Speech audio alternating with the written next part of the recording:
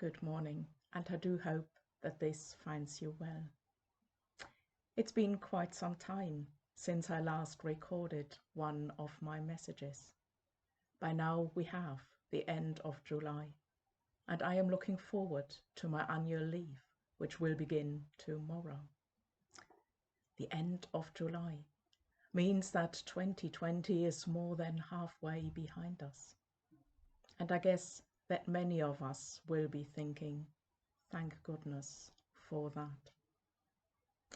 2020, a year that maybe we would rather like to forget about. It's so different than the hopes and dreams which we might have had for this year right at the beginning. COVID pandemic and the lockdown and everything that entailed has changed our lives dramatically. And though we are slowly emerging and are trying to adjust to a new normal, the uncertainty remains. We do not know what lies ahead.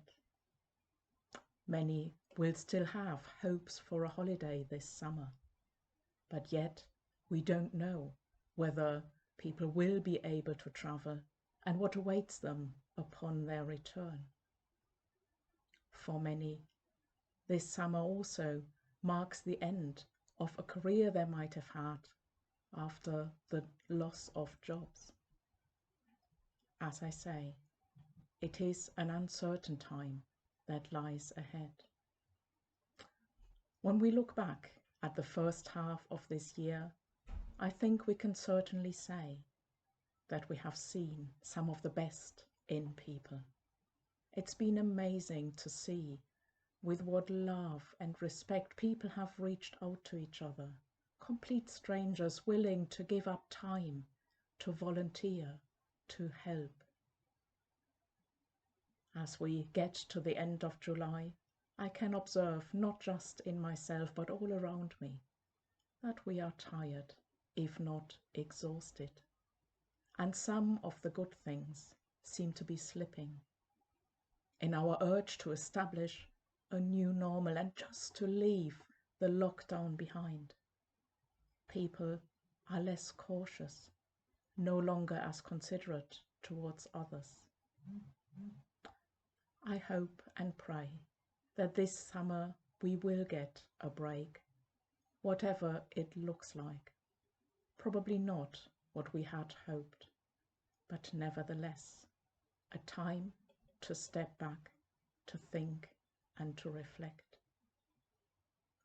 The readings this last Sunday gave us the example of that Old Testament King Solomon, who recalled the steadfast love of the Lord that the Lord had extended to his father David in his kingship. And now the Lord asks Solomon, what would you like? He has a free wish. And of all things he could have wished for, riches and wealth, he asks for wisdom. And God is pleased and grants his wish. And Solomon will always be remembered as the wise among the kings.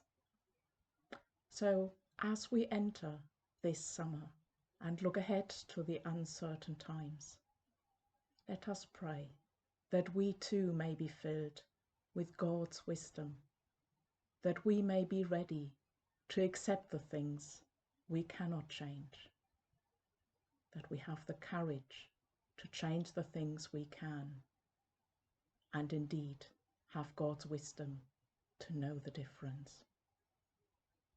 Stay safe and well, and may God bless you and your homes and all who live in them.